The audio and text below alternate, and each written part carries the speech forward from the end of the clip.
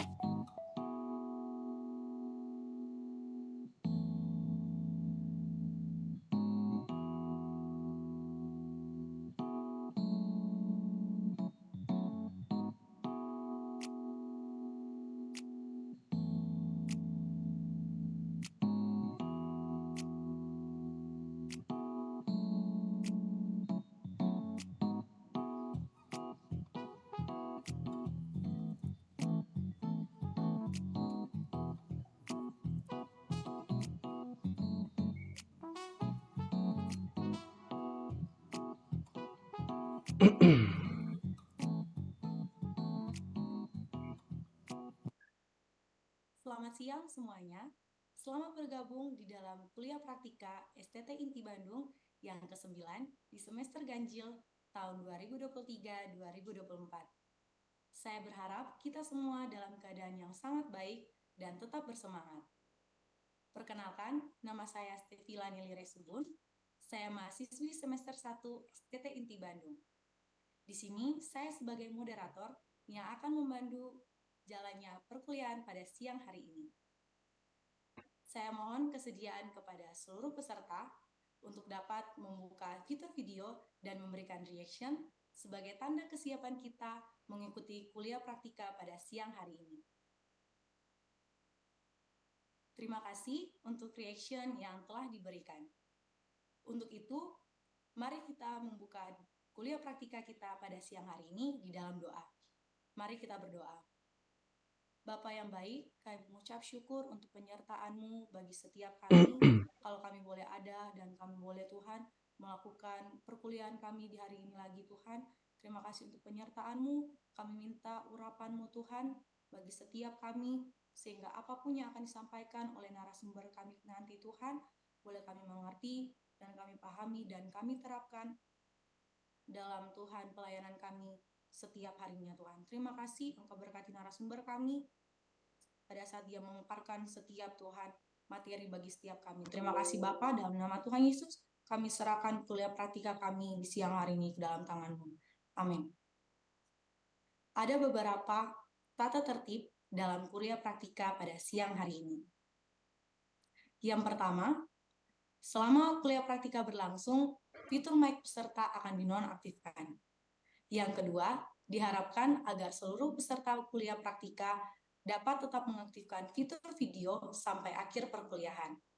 Yang ketiga, pertanyaan dapat disampaikan melalui nomor hotline WhatsApp ke nomor 0811 1112 3522 atau menyampaikan secara langsung dengan menekan fitur Raise Hand pada waktu sesi tanya jawab. Demikian tata tertib yang dapat saya sampaikan. Pada siang hari ini, kita akan membahas tentang Forming Healthy Friendship yang akan dipaparkan oleh Pak Pendeta Anugrah Sharon, MTH. Mari kita memberikan sambutan yang meriah kepada Pak Sharon dengan memberikan reaction pada layar Zoom kita. Terima kasih untuk sambutannya yang sangat meriah. Selanjutnya, saya akan memperkenalkan lebih jauh narasumber kita pada siang hari ini. Pak Pendeta Anugrah Sharon, MTH, berasal dari Kota Bogor, Jawa Barat. Beliau merupakan gembala GKPB MDC Tua, MDC Bogor, dan telah melayani sejak tahun 2018. Sekian perkenalan narasumber kita pada siang hari ini. Sebentar lagi, kita akan mendengarkan pemaparan yang akan disampaikan oleh Pak Sharon. Dan diingatkan kembali kepada para peserta yang ingin bertanya, agar dapat menanyakan pertanyaannya kepada nomor hotline WhatsApp 0811 1112 3522 atau dapat bertanya secara langsung dalam sesi tanya jawab dengan menekan fitur Raise Hand. Kepada Pak Sharon, dipersilakan untuk memberikan pemaparan kepada seluruh peserta kuliah praktika. Oke, sebelumnya kita berdoa dulu ya. Tuhan, terima kasih Engkau Allah yang luar biasa. Engkau telah mengaruniakan kasih setia dan anugerah-Mu dalam kehidupan kami. Terutama pada hari ini kami dapat berkumpul melalui Zoom, melalui kota-kota yang beda. Engkau juga yang terus ada di dalam Zoom ini. Bahkan Tuhan, apa yang kami bincangkan, apa yang kami paparkan, Tuhan boleh menjadi kemuliaan bagi nama-Mu. Di dalam nama Tuhan Yesus kami sudah berdoa dan mengucap syukur. Amin. Amin. Oke, bisa ditampilkan aja langsung PowerPoint yang saya. Ya, thank you. Shalom. Terima kasih atas kesempatan serta kepercayaan yang diberikan kepada saya untuk mengikuti dan mengisi kuliah praktika di STT Inti Bandung pada hari ini. Ya, perkenalkan nama saya Anugrah Sharon. Sekarang saya melayani di GKPB MDC Bogor. Ya, tadi moderator katanya dari MDC Tuak. Waduh, jauh banget itu. Bogor. Nah, orang teh orang Sunda pisan, nah sarua nah. Jeung nu aya di Bandung tah di ditu di hiji-hiji kosong, hiji-hiji-hiji, tanya gitu. Dan juga saya melayani di satelit kami ada satelit di Tangerang Selatan, ya. Jadi kalau ada teman-teman atau rekan-rekan yang singgah di Kota Bogor atau Tangerang Selatan, jangan lupa kabarin saya, ya. Karena di Tangsel itu banyak makanan enak. Jadi siapa tahu kita bisa nongski bareng. Hehehe, oke. Hari ini kita akan membahas sebuah topik yang sebenarnya jarang dibicarakan atau dibawakan, terutama dalam ibadah-ibadah di gereja. Namun, hari ini melalui webinar dan kuliah praktika, kita akan melihat bagaimana friending, atau pertemanan yang sehat dan yang sesuai dengan firman Tuhan. Boleh diklik? Get friendship right, set you up for success in every important area. Get them wrong, more pain and destruction than you can imagine. Nah, teman-teman dan rekan-rekan sekalian, dalam banyak hal, contohnya kehidupan saya pribadi lah yang paling mudah gitu ya. Keberhasilan atau kesuksesan yang Tuhan berikan, seringkali Tuhan mengirimkan atau melalui orang-orang yang tepat dalam kehidupan saya atau kita, sehingga melalui orang-orang tersebut, kita dapat memperoleh wawasan yang benar atau pola pikir yang tepat. Nah, dalam hal ini, teman adalah hal yang sangat penting dalam kehidupan kita. Ada sebuah quotes yang mengatakan begini, boleh diklik. Show me your friends and I will show you your future. Tunjukkan yang mana teman-teman atau circle-mu dan akan kuberitahukan seperti apa masa depanmu kelak. Gitu ya. Saya lihat di sini bahkan moderator juga Bu siapa kemarin Bu Deborah yang selalu tektok sama saya gitu ya. Kayaknya usianya masih muda lah ya. Antara 20 atau 30-an nah, tampaknya. Walaupun di ruang 110 ini kelihatannya jauh banget gitu. Tapi saya bisa lihat lah dari mata-matanya gitu ya. Ya gitu. R111 cuma 1, 2, 3, 4. Kira-kira 20-30-an lah gitu ya. Nah, di usia yang masih muda seperti sekarang gitu, siapa teman kita akan sangat penting dan krusial. Kenapa? Karena itu akan mempengaruhi keputusan-keputusan dan juga mindset seperti apa yang akan kita hasilkan. Saya ulangi sekali lagi, itu akan mempengaruhi keputusan-keputusan dan juga mindset seperti apa yang akan kita hasilkan. Dan keputusan-keputusan yang kita ambil pada hari ini akan menentukan masa depan kita kelak. Ya, ada sebuah pengakuan yang menarik dari seorang yang bernama Mark Zuckerberg. Pasti kita semua tahu siapa dia. Dia mengatakan bahwa bagaimana pentingnya sebuah circle need friendship. Dia pakai term itu, dia sebut circle need friendship yang ia miliki di awal mendirikan sebuah platform media sosial. Teman-teman yang di sekitarnya memberi dukungan yang sangat berarti. Saya baca di artikel tersebut, mulai dari dukungan moral, dukungan keuangan, serta link-link dan kenalan-kenalan yang diberikan kepada Mark Zuckerberg. Dan ternyata itu adalah modal yang baik yang pada akhirnya membuahkan sebuah sosial media yang tentunya kita semua kenal sekarang dengan nama Facebook. Ya, menjadi raksasa sekali gitu ya, yang berubah nama sekarang perusahaannya menjadi Meta. Boleh diklik. Ayat yang terkenal, ayat yang sering kita baca, 1 Korintus 15 ayat 33 berkata, janganlah kamu sesat, pergaulan yang buruk merusakkan kebiasaan yang baik. Nah, teman-teman dan rekan-rekan sekalian, akan ada 3 cerita dari Alkitab yang berbeda yang akan kita bahas, dan ini akan menjadi poin-poin penting yang akan kita lihat pada hari ini. Ya, nah, saya menuliskan I need these 3 types of friend. Ya, nah itu. I need 3 types of friend. Saya butuh 3 tipe teman yang seperti ini. Tapi saya mau lanjutkan, saya mau tambahkan. Bukan hanya kita butuh 3 tipe teman seperti ini, tapi marilah kita pun menjadi seorang teman bagi teman-teman yang ada di sekeliling kita dari 3 tipe yang akan kita bahas. Siap untuk mendengarkan ketiga tipe ini? kasih jempol deh, kasih jempol, reaction, jempol. Ya, yang ada di kelas jempol, 2, goyang puter-puter jempolnya. Asik. Oke, yang pertama diklik. Friends that fight alongside you. Friends that fight alongside you. Ceritanya ada di 2 Samuel 23 ayat 8 sampai 17. Saya akan bacakan cerita dan kisah yang sangat menarik dari Triwira, pahlawan-pahlawan dari Raja Daud. Ayat 8. Inilah nama para pahlawan yang mengiringi Daud: Ishibaal, orang Hakmoni, kepala Triwira. Ia mengayunkan tombaknya melawan 800 orang yang tertikam mati dalam satu pertempuran. Dan sesudah dia, Eliezer anak Dodo, anak seorang Ahohi. Ia termasuk ketiga pahlawan itu. Ia ada bersama-sama Daud. Ketika mereka mengolok-ngolok orang Filistin yang telah berkumpul di sana untuk berperang, padahal orang-orang Israel telah mengundurkan diri. Wah, keren sekali. 10. Tetapi ia bangkit dan membunuh demikian banyak orang Filistin sampai tangannya lesu dan tinggal melekat pada pedangnya. Tuhan memberikan pada hari itu kemenangan yang besar. Rakyat datang kembali yang tadi udah kabur, mengikuti dia hanya untuk merampas karena sudah menang. Ayat 11. Sesudah dia, sama, ini tokoh yang ketiga, anak Age, orang Harari.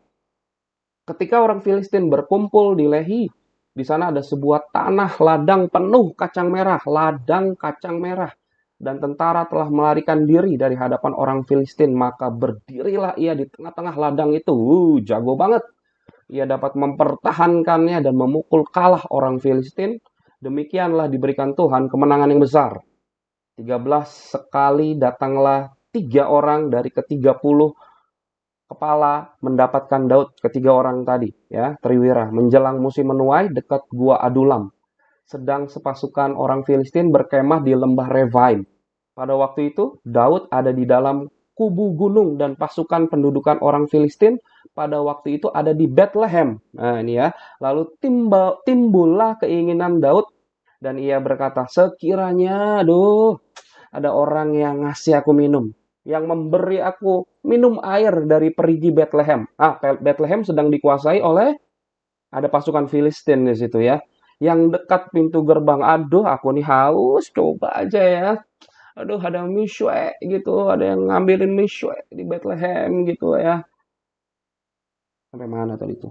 Ya, yang mengangkatnya dan membawa. Lalu ketiga pahlawan itu menerobos perkemahan orang Filistin. Waduh. Mereka menimba air dari perigi Bethlehem yang ada di dekat pintu gerbang, mengangkatnya dan membawa miswe kepada Daud.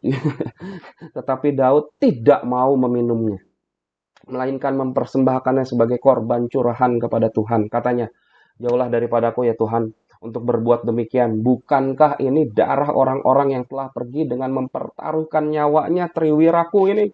Dan tidak mau ia meminumnya. Itulah yang dilakukan ketiga pahlawan itu. Saya yakin teman-teman ya, kita sekolah di teologi pernah baca ini dan mendengar kisah ini. Bahkan mungkin ada yang pernah eksegesis dan lain sebagainya. Kita butuh teman-teman yang siap berperang di samping kita. Kita butuh orang-orang yang ada di sekitar kita yang siap untuk di saat kita butuhkan. Kita tahu bahwa Daud sendiri adalah seorang kesatria yang suka berperang. Dan yang peperangan yang paling tersohor adalah saat melawan Goliat tentunya. Tapi Daud punya 3 orang kesatria yang siap berperang dan membela Daud. Itu kalau kita bilang sekarang apa, ring satunya Daud gitu ya. Macam-macam sama Daud, gue yang maju gitu ya. Seperti yang kita tahu, bagaimana ketiga Triwira ini sangat sayang kepada Daud. Yang pertama tadi siapa namanya? Ishibaal. Ya. Dia bunuh 800 orang dengan tembok. 800 orang dengan tembok gitu ya. Saya waktu itu pernah membayangkannya, si Ishibaal ini ada di tengah-tengah lalu dikelilingin gitu sama orang gitu ya. Dia jadi harus ke belakang, ke depan, ke kiri, ke kanan gitu 800 kali. Tetapi saya pernah juga baca satu literatur yang membahas tentang Triwira ini. Katanya Ishibaal itu ada di dalam sebuah gua gitu ya. Jadi musuhnya itu maju dua-dua. Di belakangnya gua gitu ya, udah tutup tembok, jadi yang maju tuh dua-dua. Nah, menurut saya cerita ini yang paling masuk akal gitu ya. Kalau misalkan dikelilingin 800 coba gitu ya. Kayaknya dua-dua itu yang paling masuk akal terjemahannya gitu ya. Jadi dia shot shot shot gitu ya. Saya eh, apa namanya susah ada ini ada apa ada tombak gitu nggak mungkin saya bawa tombak tapi saya aduh dia pakai background saya ada gunting gunting ya gunting nih ya coba saya ini gunting gitu ya di depan saya misalkan ada siapa gitu ya yang di shoot shoot shoot gitu ya coba ya saya kemarin saat persiapan gitu saya coba beberapa puluh kali shot shot shot shot shot shot shot begini doang beberapa puluh kali ini tangan saya juga sekarang udah pegel teman-teman hitungin 800 kali. Loh, bener ini 800 orang dengan tombak. Ini gunting beratnya nggak seberapa dan cuma beberapa puluh kali saya ayunkan. Gitu ya. Tapi isi baal, wah set, set, set. Dan kalau kita lebih jauh lagi, orang-orang yang ditusuk kan dia nggak mungkin datang begini, oh tusuk aku, cerap, cerap, cerap, mati kan. Enggak, dia juga apa melawan gitu ya kan, melawan. Cut, cut, cut, cut, cut, cut, cut. Dia harusnya, gitulah ya. Isi Baal bunuh 800 orang dengan tombak. Yang kedua, siapa namanya? Eliezer. Bersama-sama Daud mengolok-ngolok orang Filistin. Gitu ya. Dan bertempur sampai tangannya lengket sama pedang. Bertempur sampai tangannya lengket sama pedang. Saat saya dulu baca ayat ini loh, kenapa bisa lengket ya? Emang dia bawa sholatip gitu biar lengket gitu. Saya mau berperang sampai selama-lamanya gitu ya. Sholatip atau Aika Aibon gitu. Enggak ya. Saya juga baca dari terjemahan. Kenapa tangannya bisa lengket gitu ya? Kenapa tangannya bisa benar-benar lengket sama si pedangnya? Karena darah yang tertumpah udah sedemikian banyak di tangannya gitu ya. Udah banyak sekali gitu. Apa namanya? Bunuhnya udah banyak dan darah itu ternyata lengket ya. Ada ininya, ada perekatnya gitu ya. Jadi karena demikian banyaknya itu lengket gitu dan juga ada terjemahan yang lain berkata dia tangannya tuh sampai lemes. Jadi melepaskan pedang aja tuh udah susah. Jadi tangannya lengket gitu ya. Tuhan beri kemenangan yang luar biasa. Yang ketiga sama. Berdiri di tengah ladang penuh kacang merah. Saya nggak tahu. Mungkin sama suka sama kacang merah kali. Jadi dia pertahankan. Gue mau makan kacang merah. Gitu ya. Nggak tahu juga. Dan dapat mempertahankan ladang tersebut. Dan Tuhan beri apa lagi? Kemenangan yang sangat luar biasa. Dan yang ketiga, yang terakhir, cerita tentang bagaimana mereka mempertaruhkan nyawanya, ambil air dari perigi di Bethlehem yang ada dekat di pintu gerbang. Oh, ini teman kita, sahabat kita, dan pemimpin kita. Haus katanya butuh air segar dari Bethlehem. Siap, lu siap, gue siap. Cabut coy. Oh, dihajar, bang. Dikasih buat pemimpinnya Daud. Dan kita tahu ceritanya Daud bilang, aduh ya ampun kalian segitunya ya. Aku nggak akan mau minum ini, aku bikin ini jadi korban curahan aja. Thank you lo ya bro. Thank you so much. Segitunya kalian buatku. Daud tidak menggunakan kesetiaan teman-temannya untuk keuntungan pribadinya. Kita butuh teman yang akan melakukan apa saja untuk kita, tapi kita jangan memanipulasi mereka karena kita tahu mereka akan melakukannya untuk kita. Kita ulangi sekali lagi, kita butuh teman-teman yang akan melakukan apa saja untuk kita, tapi kita jangan memanipulasi mereka karena kita tahu mereka akan melakukannya juga untuk kita. Saya punya sahabat, 3 orang sahabat ya. Tahun 2020, Maret 2020, ada suatu cerita sedih dan kelam di dalam kehidupan pribadi dan gereja lokal kami di Bogor. Bukan di Tuak ya, Bu Stevila ya. Jauh Tuak, di Bogor. Ayah saya, pendiri founder dari MJC Bogor, yang juga adalah gembala senior kami, meninggal dunia. Gitu. Maret 2020, kalau teman-teman semua masih ingat, itu adalah waktu yang lagi chaos, kacau karena COVID. Orang-orang nggak tahu bagaimana cara mengobati COVID. Orang-orang dalam tanda kutip baru kenalan sama COVID. Ayah saya baru pulang melayani dari Belanda. Setelah pulang ke Bogor, kesehatannya menurun drastis dan akhirnya kami masukkan ke RSUD di Bogor. Beliau masuk dalam ruang isolasi yang saat itu ruang isolasi itu sangat menyeramkan karena banyak sekali orang-orang yang kena dan sedikit sekali ruang isolasi. Jadi kami pun cukup beruntung mendapatkan itu. Singkat cerita, ayah saya meninggal dunia. 24 Maret 2020 dia meninggal dunia di ruang isolasi tersebut. Hati saya hancur dan lain sebagainya. Dan saat itu adalah saat-saat kita semua tinggal di rumah. Takut keluar rumah, chaos dan lain sebagainya. Hancur hati saya belum kasih tahu ke mama saya, ke ibu saya. Bagaimana cara ngasih tahunya? Pasti dia akan sangat sedih sekali. Nah, saya punya 3 orang sahabat. Saat itu saya langsung telepon ke mereka. Bro A, B, C, Pastor Fu, papaku sudah meninggal dunia. Oh, kaget mereka juga sedih.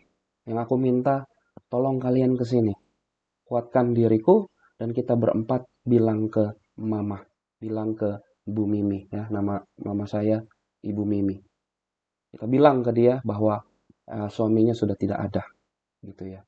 Mereka tanpa tedeng aling-aling, tanpa berpikir berkalkulasi panjang, oh kalau saya keluar nanti terancam kena dan lain sebagainya. Mereka tidak melakukan itu dalam 10-15 menit. Mereka sampai di RSUD Bogor dan kita berempat itu menguatkan satu sama lain dan kita kasih tahu kepada orang tua saya, mama saya. Kita butuh teman yang siap melakukan apapun untuk kita. Tetapi kita jangan sampai memanipulasi mereka karena kita tahu mereka pasti akan melakukannya untuk kita. We need that friends that they want to fight alongside us. Yang kedua, PowerPoint-nya boleh. Yang kedua, we need friends that fight against you. Oh. Tadi alongside us. Sekarang friends that fight against us, melawan. Oh, nggak mungkin dong. Nggak mungkin dong kok Saron, nggak mungkin dong Pak Saron, nggak mungkin, no way lah. Aku tidak akan mau melawan temanku dong. Loh, tunggu dulu. Justru kita butuh teman yang sangat sayang sama kita sehingga ia berani untuk menegur dan tidak sepakat denganmu. Aha. Ceritanya ada di Galatia 2 ayat 11 sampai 14. Tolong diklik. Tetapi waktu Kefas datang ke Antioquia, aku berterang-terang menentangnya, sebab ia salah. Karena sebelum beberapa orang dari kalangan Yakobus datang, ia makan sehidangan dengan saudara-saudara yang tidak bersunat. Tapi setelah mereka datang, ia mengundurkan diri dan menjauhi mereka karena takut akan saudara-saudara yang bersunat. Dan orang-orang Yahudi yang lain pun turut berlaku munafik dengan dia, sehingga Barnabas sendiri turut terseret oleh kemunafikan mereka. Tetapi waktu kulihat bahwa kelakuan mereka itu tidak sesuai dengan kebenaran Injil, aku berkata kepada Kefas. Kefas ini siapa? Petrus. Di hadapan mereka semua, jika engkau orang Yahudi, hidup secara kafir dan bukan secara Yahudi, bagaimanakah engkau dapat memaksa saudara-saudara yang tidak bersunat untuk hidup secara Yahudi? Siapa ini yang menegur? Siapa menegur siapa ini? Paulus menegur Petrus. Paulus berani menegur orang yang berjalan sama Yesus selama 3,5 tahun. Kalau mau lihat dari derajat dan senioritasnya, Petrus lebih senior dari Paulus. Kita lihat bagaimana seorang Petrus adalah rasul yang berjalan bersama Yesus selama 3,5 tahun. Teman-teman masih ingat pasti cerita ia pernah berjalan di atas air berdua sama Yesus. Lalu saat Yesus bertanya, siapakah aku? Petrus bangun dan berdiri. Dia bilang, engkaulah anak Allah. Wuh. Dan ini adalah orang yang berdiri juga untuk Yesus. Dia memotong kuping seorang penjaga yang menangkap Yesus. Dekat dia sama Yesus. Tapi toh ditegur oleh seorang yang bernama Rasul Paulus. Teman-teman, rekan-rekan, kita butuh teman-teman yang berani berkata, kemana aja lo? Udah lama gak pelayanan. Kerja mulu sih lu, sibuk mulu. Hah? Lu rokokan lagi bro? Kemarin kan udah enggak. Hah? Lu pornoan lagi? Kemarin kan udah enggak ada. Gimana sih lu?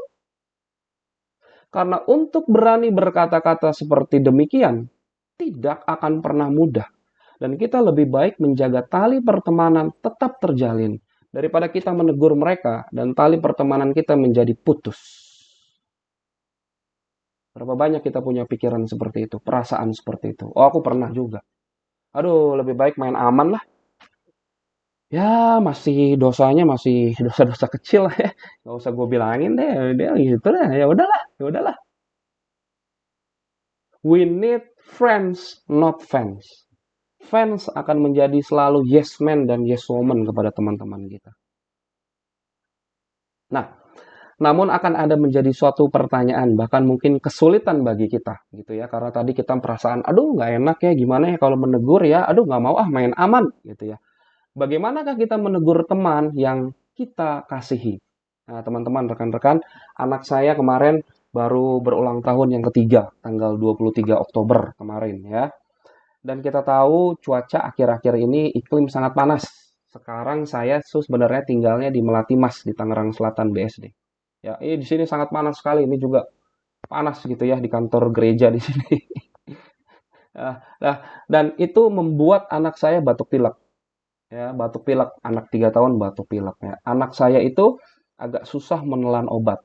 Ya, jadi harus diracik sedemikian rupa karena mungkin bagi dia rasanya pahit. Ya, nah setiap kali saya tebus obat, saya minta kepada apoteker untuk diracikan agar diberi rasa manis.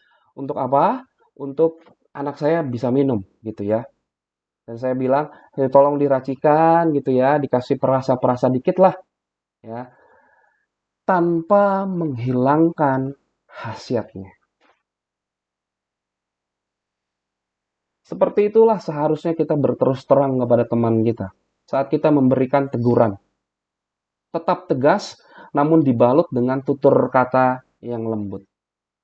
Cara penyampaian kita pun haruslah bijaksana dan dengan lemah lembut, agar orang yang kita tegur tidak mengalami kepahitan. Sebaliknya, maksud yang baik bila disampaikan dengan cara yang tidak baik juga akan bisa mengaburkan maksud baik tersebut.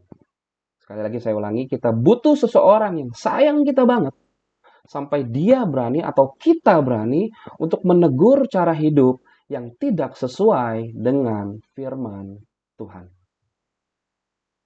Poin ketiga, yang terakhir. Friends that fight for you. Teman yang akan berperang bersama engkau. Nah, kita akan melihat Kejadian 14 ayat 13 sampai 16. Saya bacakan lagi. Kemudian datanglah seorang pelarian dan menceritakan hal ini kepada Abram, orang Ibrani itu, yang tinggal dekat pohon-pohon terbantin kepunyaan Mamre orang Amori itu, saudara Eskol dan Aner, yakni teman-teman sekutu Abram. Ketika Abram mendengar bahwa anak saudaranya tertawan, siapa itu? Nanti kita tahu dia siapa, Lot. Maka dikerahkannya orang-orang yang terlatih, yakni mereka yang lahir di rumahnya, 318 orang banyaknya, lalu mengejar musuh sampai ke Dan. Dan pada waktu malam, berbagilah mereka, ia dan hamba-hambanya itu, untuk melawan musuh. Strategi. Mereka mengalahkan dan mengejar musuh sampai ke Hoba, dan di sebelah utara Damsyik. Dibawanyalah kembali segala harta benda. Juga siapa? Lot, anak saudaranya itu, serta harta bendanya dibawanya kembali. Demikian juga perempuan-perempuan dan orang-orangnya. Nah, Kok tiba-tiba cerita tentang Abraham gitu lah ya. Abraham, dia masih namanya Abram gitu. Yang lebih kita kenal dia itu orang bapak orang beriman. Tapi kok bisa sih tentang friendship? Tapi kok bisa sih kita melihat sisi Abraham dari sisi pertemanan atau friendship? Cerita ini menceritakan Abraham dari sisi yang lain. Boleh diklik? You need people that fight for you when you cannot fight no more. You need people when you down, they come to take you up. Apakah kita pernah merasa, sudahlah, sudah habis dayaku. Sudah tidak kuat aku untuk berdoa, bahkan aku berharap sama Tuhan dan berjuang untuk hidup ini, aku udah gak ada daya. Dan di saat itulah, di saat lembah-lembah kekelaman kita lah, ada teman-teman kita yang tidak pernah menyerah untuk terus mengangkat kita. Ini adalah cerita tentang Lot yang memilih sendiri tanah yang di mana dekat Sodom dan Gomora. Ya, saat Abraham dan Lot sudah tidak bisa tinggal bersama saking mereka kaya karena mereka diberkati Tuhan, lalu Abraham gitu bilang sama Lot, Lot kesini Lot, kita pilih lah, kita harus pisah soalnya ya, kita terlalu besar tidak bisa bersama ya, kamu pilih yang mana ya, kamu pilih yang mana. Lot melayangkan pandangannya dan dia memilih tanah yang di dekat Sodom dan Gomora. Singkat cerita, daerah yang dipilih oleh Lot diserang dan Lot serta seluruh keluarga dan hambanya ditawan. Namun ada pelayan Lot yang bisa melarikan diri dan dia kasih tahu Abraham. Dia lari kepada Abraham. Abraham, Lot ditangkap, Lot ditangkap. Dan ini yang paling seru. Ini yang paling seru. Abraham yang kita kenal tadi ya sebagai bapak orang percaya yang kesannya apa? Kalem gitu ya. Kalau bapak orang percaya itu harus kalem ya nggak? Santuy gitu ya. Saya percaya gitu ya. Kalau bayangan saya seperti itu gitu ya. Ya Abraham tuh punya wibawa gitu ya. Ngomong tuh ya begitu sadar gitu lah ya. Berat gitu, punya karisma. Tiba-tiba berubah menjadi Kapten Amerika. Pernah baca cerita ini? Pernah baca cerita ini? Loh bener. Pak Abraham mempunyai banyak sekali anak-anak. Nah itu kayaknya harus dirubah. Jadi soundtracknya Marvel. Saat mereka bersatu padu. Melawan menjadi Thanos. Bukan. Bagaimana ia langsung merespon dengan mengerahkan 318 orang yang terlatih untuk siap berperang dan menyelamatkan Lot. Bahkan Abraham sudah siap dengan strateginya saat ia akan berperang. Di ayat yang keberapa tadi tuh? Di ayat yang ke-15. Dan pada waktu malam berbagilah mereka, ia dan hamba-hambanya itu untuk melawan musuh. Artinya apa? Dia punya strategi. Kamu ke sini, kamu serang dari sebelah sini, kamu sebelah sini, saya sebelah sini, saya masuk, kita ketemu si Lot, kita selamatkan dia. Bagaimana ia merespon dan mengerahkan 318 orang yang terlatih. Namun, bukan hanya satu orang Lot, tetapi kita lihat di ayat yang terakhir tadi. Semua orang diambil balik sama Abraham. Kapten Amerika kita. Kita butuh teman atau circle kita. Yang saat kita sudah tidak berdaya, mereka tetap menyemangati kita, bahkan mengangkat kita dari keterpurukan.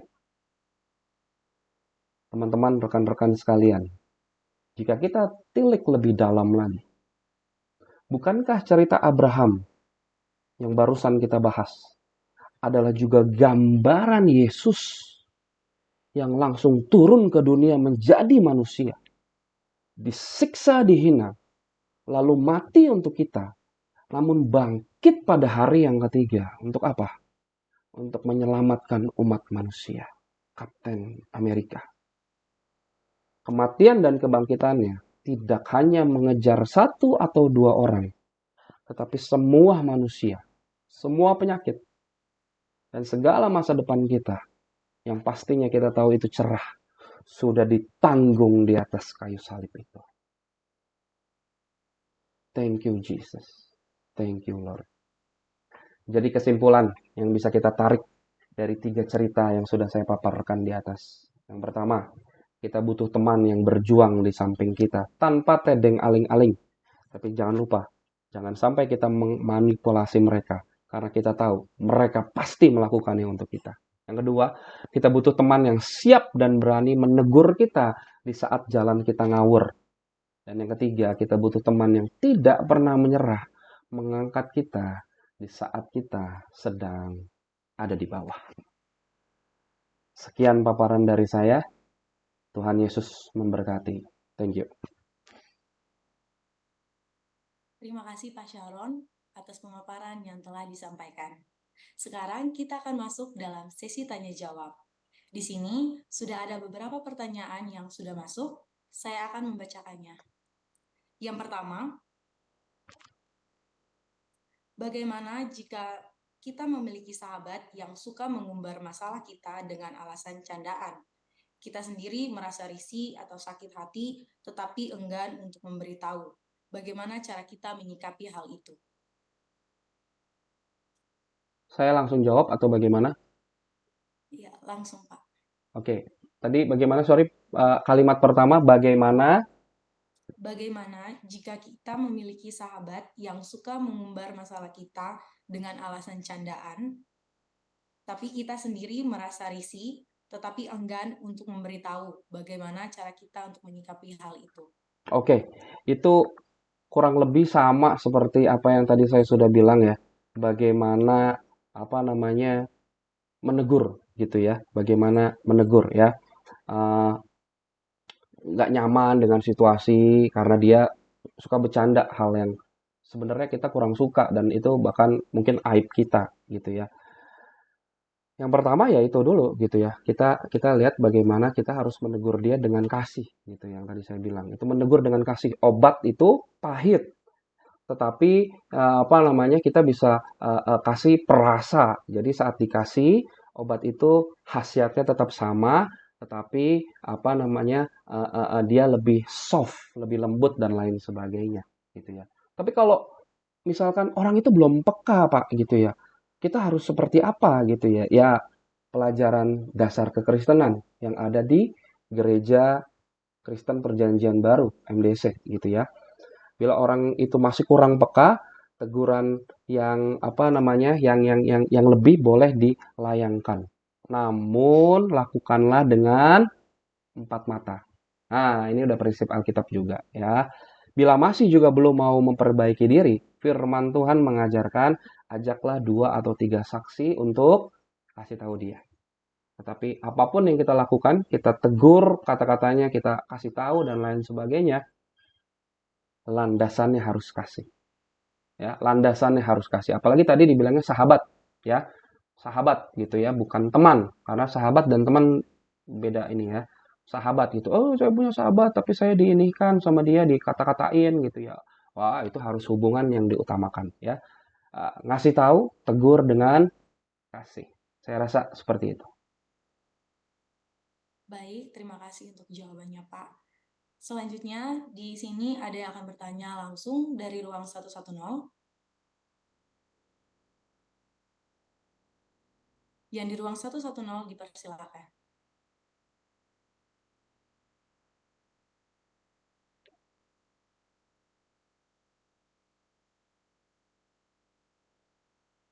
Masih di mute.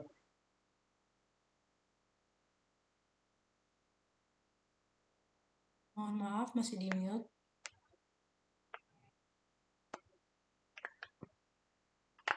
Saya kedengaran? Oke. Baik. Perkenalkan, nama saya Andriko Manorong, saya dari semester 7. Saya ingin mengajukan pertanyaan. Diangkat dengan satu kasus, ada anak muda yang nyaman dengan pergaulannya, dan itu sudah lama. Saking nyamannya dia pun dorongan untuk dia menegur teman-teman sepergaulannya itu tidak lagi hidup. Jadi nggak niat lagi untuk mendorong. Jadi kayak seperti ya udah deh, nggak apa-apa. Jadi karena nyamannya gitu ya Pak. Lalu masuk ke pertanyaan, bagaimana cara yang tepat untuk seorang anak muda dapat keluar dari pergaulan buruknya. Sedangkan ketika dia mencoba bergaul kepada komunitas atau orang-orang lain, ia merasa tertolak karena sudah tercap oleh pergaulan buruknya. Terima kasih, Pak. Oke, thank you. Iya, ini satu kasus yang sering banyak dialami juga ya. Tapi saya ini, karena ini juga praktika gitu ya, MDC GKPB adalah gereja yang kuat di kesannya gitu, terutama kami yang ada di Bogor gitu ya. Kami kuat sekali dan kami sangat menggalakkan kesan kelompok saling memperhatikan. Mungkin di Bandung namanya beda atau sama.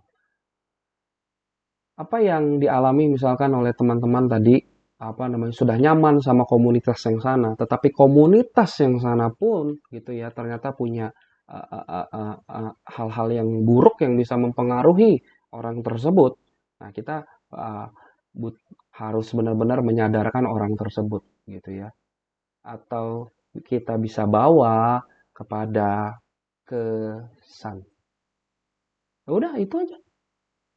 Saya yakin kesan tidak akan pernah menolak orang. Ya, kesan tidak akan pernah menolak orang karena itu benar-benar satu that's the real church gitu ya. Almarhum ayah saya mengatakan gembala-gembala pemimpin kesan itu justru sebenarnya adalah gembala-gembala yang sebenarnya karena mereka bersentuhan dengan langsung dengan jiwa-jiwa gitu ya. Nah, bawalah ke situ, kenalkan. Saya yakin teman-teman kesan menerimanya gitu. Dan yang pasti sadarkan. 1 Korintus 15 ayat 33 tadi satu ayat itu yang menjadi pegangan saat kita sedang masih muda.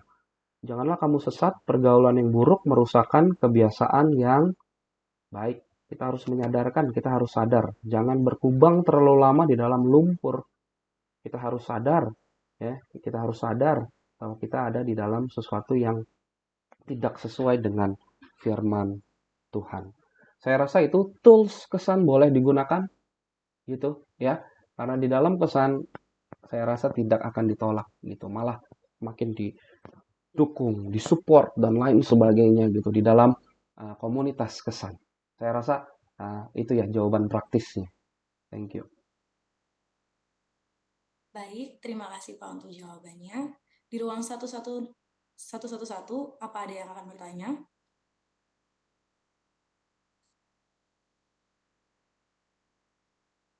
Jika tidak ada, saya akan membacakan pertanyaan selanjutnya. Apakah jarak umur dapat menjadi patokan untuk memiliki persahabatan yang sehat? Jika iya, berapa jarak umur yang harus dimiliki di dalam membentuk persahabatan yang ideal? Ya. Jarak umur ya, jarak umur.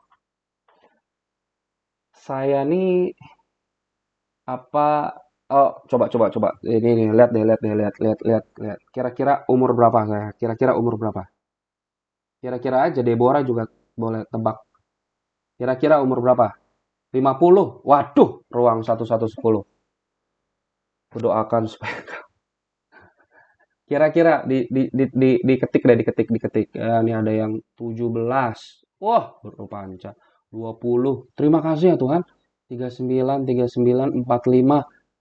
Stefanus, kamu. Aduh, 35. Sharon. Ya, 41. Udah, cukup. 10. Ya elah, saya sama anak saya cuma beda 7 tahun. Iya, 1 tahun. Waduh. Ya, apa namanya? Saya 35. Ya, 35. Tahun depan saya 35 gitu. Tapi saya sekarang banyak untuk inihin anak-anak muda gitu ya. Bisa nyapres. Ini bahaya. Ini nggak di broadcast ya. Bisa nyapres karena tadi baru ada yang daftar ke KPU beberapa jam yang lalu. Aduh. Saya 35 tapi banyak menangani anak-anak youth gitu yang usianya hampir 2 kali lipat dari saya gitu ya. Untuk menjadi seorang sahabat, lihat aja lah di sekeliling kalian gitu ya. Lihat aja lah di sekeliling kalian gitu. Berapa sih rentang umurnya gitu. Kalau saya mau jawab secara langsung, saya harus cari tahu dulu di jurnal dan lain sebagainya bagaimana sahabat yang tepat, berapa ininya gitu ya, menurut ini. Tapi saya yakin sahabat yang tepat tuh juga nggak ada rentang umurnya. Jadi kalau misalkan lebih dari 10 tahun itu sudah bukan persahabatan yang sehat, nggak juga kayaknya. Tetapi kalau misalkan mau melihat dari statistik sahabat, mungkin ada rentang umur gitu ya. Apa yang mau saya katakan gitu, kalau misalkan melihat dari sosial yang ada, pasti sahabat itu umur-umur rentang-rentangnya nggak akan jauh lah gitu ya. Saya punya ketiga sahabat tersebut, bahkan salah satunya itu ada di ruang Zoom ini juga sebenarnya. Dia mengikuti ya, Michael tuh namanya, dari GKPB Bogor gitu ya. Dia rentang umur sama saya ya nggak terlalu jauh lah. Kita beda berapa? 6 tahun ya. Kita beda 6 tahun gitu. Nah, itu masih masuk akal gitu ya. Nah, tapi juga saya tidak menutup kemungkinan misalkan ada yang lebih lagi gitu, itu bisa menjadi teman diskusi. Saya punya teman diskusi ya, jadi namanya mentor gitu ya, bukan sahabat, tetapi apa-apa saya bisa ngomong sama dia gitu ya. Mau tadi tentang yang bisa nyapres, ngomong gitu ya. Mau tentang masalah di gereja, ngomong. Masalah anak, bisa ngomong gitu. Padahal dia umurnya cukup senior, 50-60-an gitu. Tapi itu tetap bisa. Mungkin jadi nanti namanya bukan sahabat, namanya antara mentor dengan menti gitu ya. Kalau yang terlalu umurnya ini. Tapi sahabat, ya kalian lihat sendiri sahabatmu umur berapa gitu ya. Nongkrong-nongkrong umur berapa gitu ya. Ke Starbucks umur berapa, ke Starbucks keliling umur berapa gitu ya. Jadi ya ya nggak ada ininya, tapi kalau mau lihat saya yakin pasti ada apa namanya penelitian-penelitian secara statistik tentang rentang umur tentang sahabat. Maaf saya belum baca dan mengetahui sampai sedalam itu. Kira-kira seperti itu. Baik, terima kasih Pak. Selanjutnya di sini ada yang akan bertanya dari ruang 111. Kepada yang di ruang 111 dipersilakan.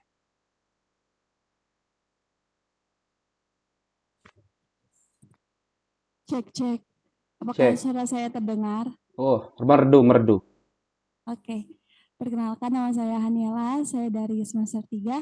Saya izin bertanya ke Bapak mengenai bagaimana cara kita sebagai anak-anak teologi untuk menghindari pertemanan toksik yang tidak bisa kita hindari atau tidak bisa kita tinggalkan, atau dalam artian kita masih terus berada di dalam pertemanan toksik ini. Sekian pertanyaan saya. Terima kasih. Oke. Ini seperti ini ya, apa namanya? Atau saya bisa rangkumkan pertanyaannya itu adalah begini. Apakah kita harus menjauhi teman-teman yang toksik gitulah ya? Ya.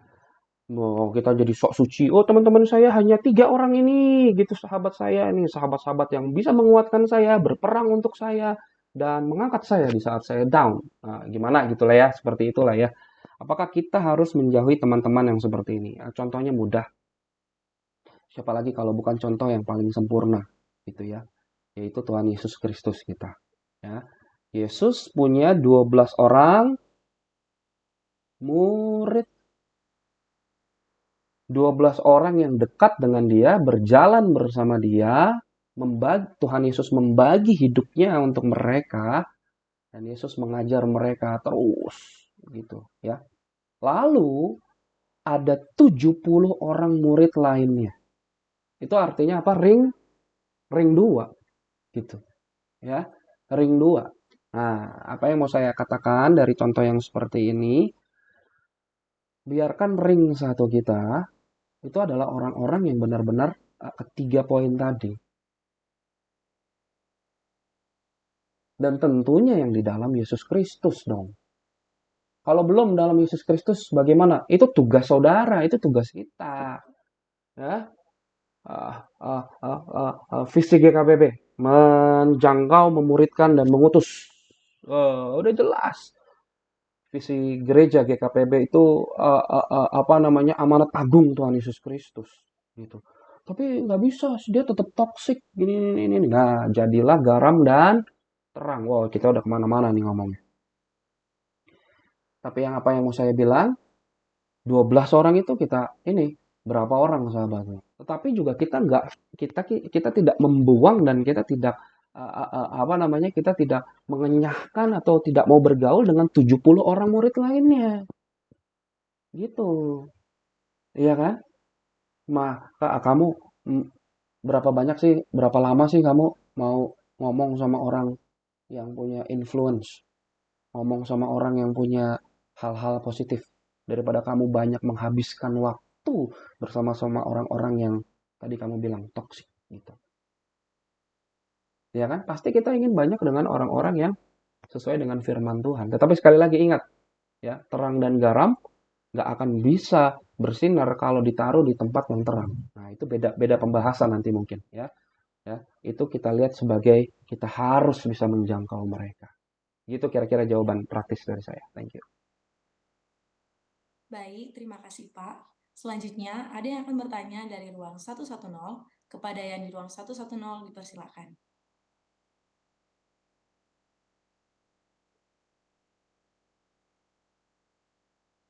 Ini sebelum tanya udah ketawa dulu ruang 110. Belum di mute.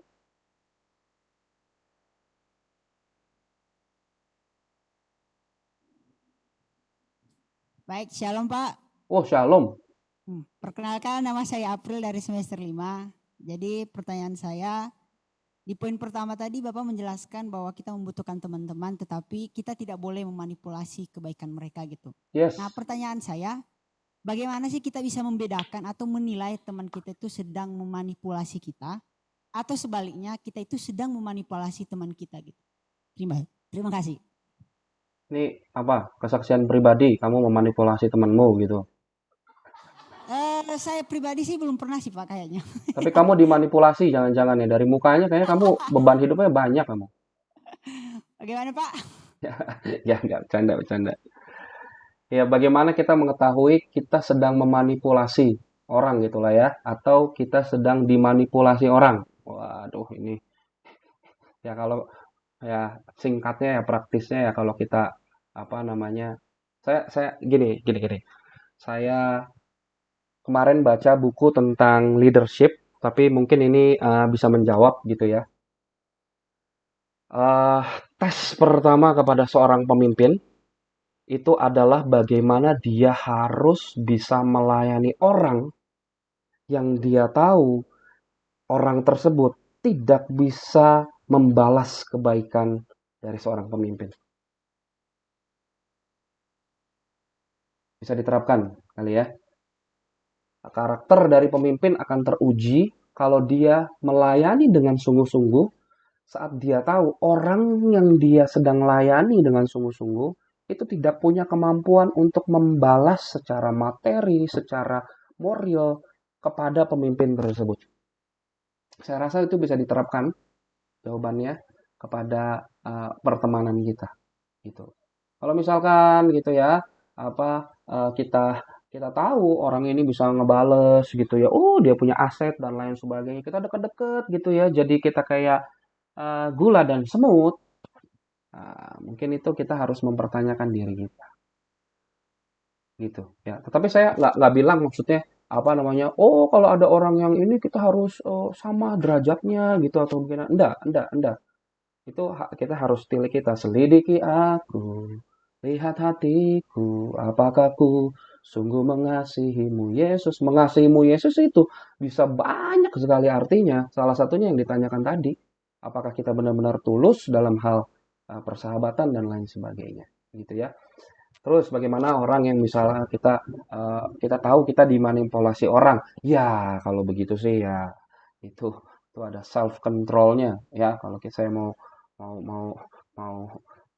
jawab dengan ini ya kita punya Roh Kudus gitulah ya. Kita ini pasti ya akan ngasih tahu. Tapi tetap ya ada satu firman Tuhan di zaman-zaman akhir ini ya kita banyak berbuat kebaikan gitu ya. Ya kita banyak berbuat kebaikan sama orang gitu ya. Jangan menahan kebaikan kalau kita bisa memberi kebaikan kepada teman kita. Gitu ya. Saya rasa itu. Baik, terima kasih Pak. Kepada yang di ruang 110 Dipersilakan.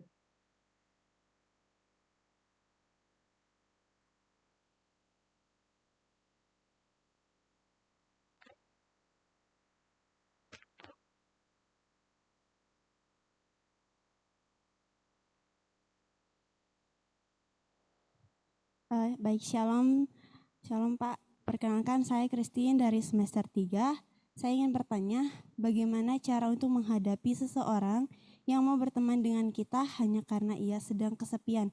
Dalam artian, dia memiliki teman, tetapi temannya tidak ada di saat itu. Bisa dibilang dia membutuhkan kita di saat ia sendirian. Untuk menghadapi hal tersebut, apa yang harus kita lakukan? Demikian Pak. Wah, ini saya tanya dulu ini jadi apa? Pertama, ini lawan jenis atau sesama jenis? Hah? Lawan sih biasanya, Pak. Lah, aduh sepi, loneliness. Aduh, saya kalau jawab tentang hal ini kita jadi bahas tentang ini ya, apa namanya? Secret Search. Saya juga lagi baca tuh bukunya tuh, Secret Search, pencarian kudus gitu ya.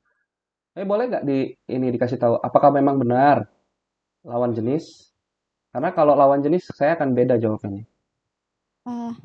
Bukan Pak, soal lawan jenis nggak diperdebatkan kalau soal itu. Jadi ini sesama jenis gitu lah ya. Maksudnya kamu punya teman wanita yang lagi lonely, terus dia larinya ke kamu gitu. Wah, disorakin ini sih. Betul Pak, sesama jenis. Sesama jenis. Berarti yang kasihan yang temenmu lah gitu, lagi lonely gitu lah ya. Bukan kamu ya. Iya. Ya, oke. Kalau seperti itu jawabannya ya biarkan kamu menjadi agen dari kerajaan surga gitu kan, karena dia lagi lonely. Saya nggak tahu misalkan kita berpanjang lagi lonely-nya karena apa, bertepuk sebelah tangan, diputusin, misalkan apa gitu, ditinggal nikah, atau baru nonton drama Korea yang sedih opahnya meninggal, kan bisa gitu, lonely gitu ya. Tapi biar apapun masalah dia, biarkan kita menjadi agen dari kerajaan surga gitu ya. Biarkan kita terus. Bagaimana kalau misalkan dia sering gitu, udah lonely-nya beres, kita temenin, terus udahnya dia pergi lagi sama circle-nya, gue ditinggalin lagi gitu Pak. Itu gimana gitu ya? Tetap saya katakan, tetap harus kita membagi waktu kita. Gitu ya. Kita tidak akan pernah tahu kapan Roh Kudus akan menyapa dia. Benar, ini saya alami setiap kali, apalagi anak muda. Itu waktu Tuhan tidak ada yang tahu. Waktu Tuhan pasti yang terbaik. Mungkin kamu bisa sentuh saat dia menjadi pelayan Tuhan yang luar biasa. Bahkan kalau dia belum kenal siapa Yesus, kamu bisa menangkan dia. Tapi tetap bagi. Ya, Tuhan membagi dirinya 100% buat kita. Kita pun membagi apa yang kita punya kepada teman-teman yang sedang lonely, yang sedang membutuhkan uluran tangan kita. Saya rasa itu jawabannya. Itu kalau misalkan sesama jenis ya, tetapi kalau lawan jenis saya akan berbeda jawabnya.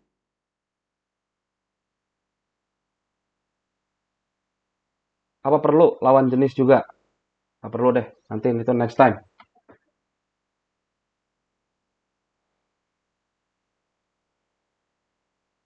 Baik, terima kasih Pak.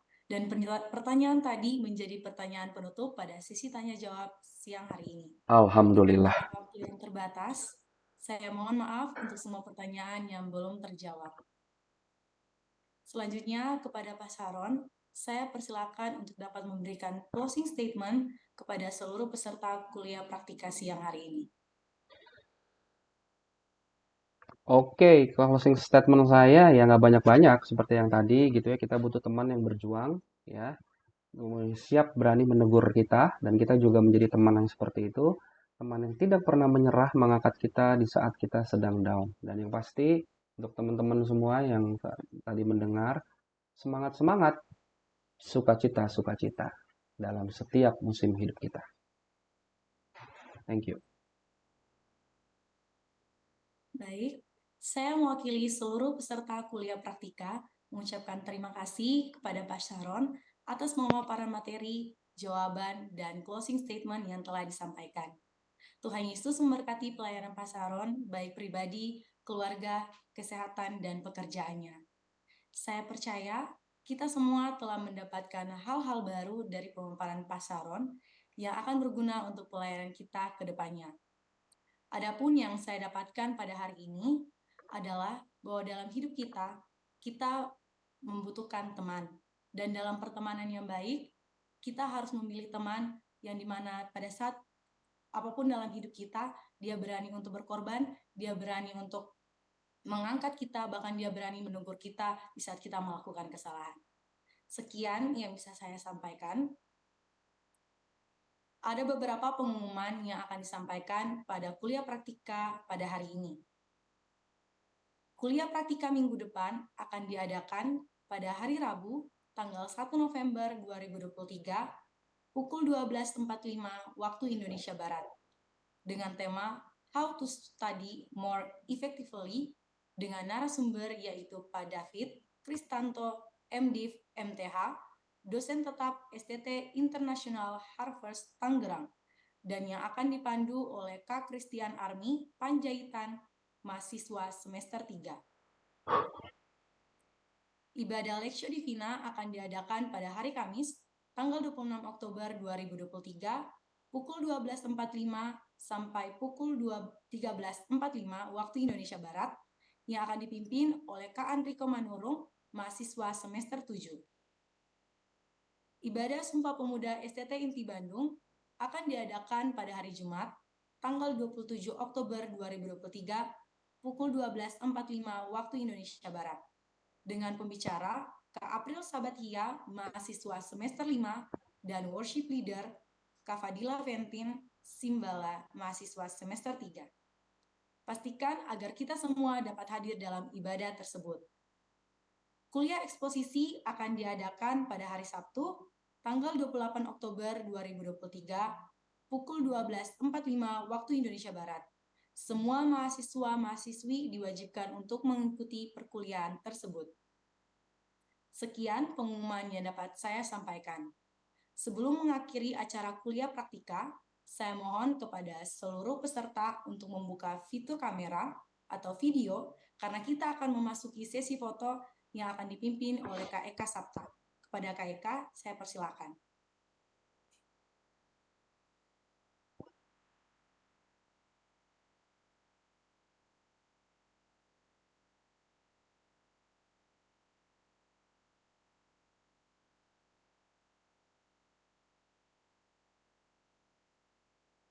Oke, di sini ada 2 layar. Mohon berikan senyuman yang termanis. Hitungan ketiga. 1, 2, 3. Oke, layar berikutnya. Berikan senyuman yang termanis. Yang belum buka video, boleh buka videonya. Baik, 1, 2, 3. Sorry, sekali lagi. Layar kedua, 1, 2, 3. Oke. Sesi foto telah selesai, saya kembalikan kepada moderator.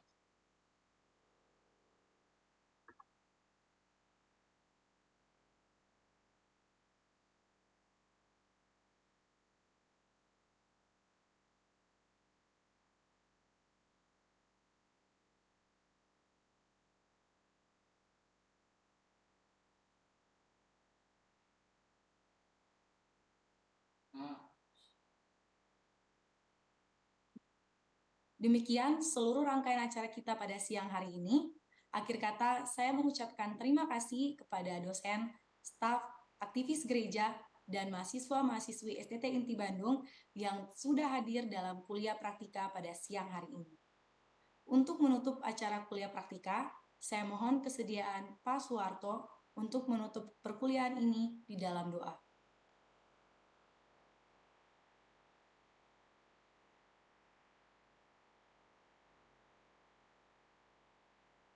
Iya, Bapak Ibu Saudara, mari kita mengakhiri praktika pada siang hari ini di dalam doa.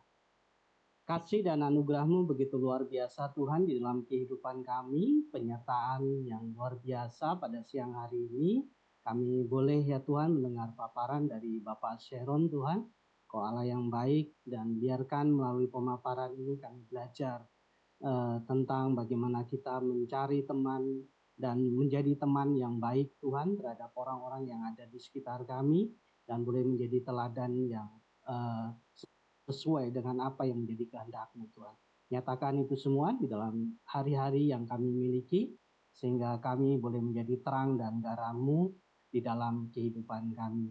Berkati Pak Sharon Tuhan di dalam kehidupannya secara pribadi, di dalam pelayanannya, di dalam pengembalaannya Tuhan. Kau Allah yang terus menaungi, menuntun, dan memberikan hikmat tersendiri di dalam hari-harinya Tuhan. Kami sungguh bersyukur atas semuanya, dan berkati setiap kami yang ada di sini. Dan sebentar kami mundur dari tempat ini, biarkan kasih, sukacita, damai sejahtera terus melingkupi setiap kami dari saat ini sampai Maranatha. Amin.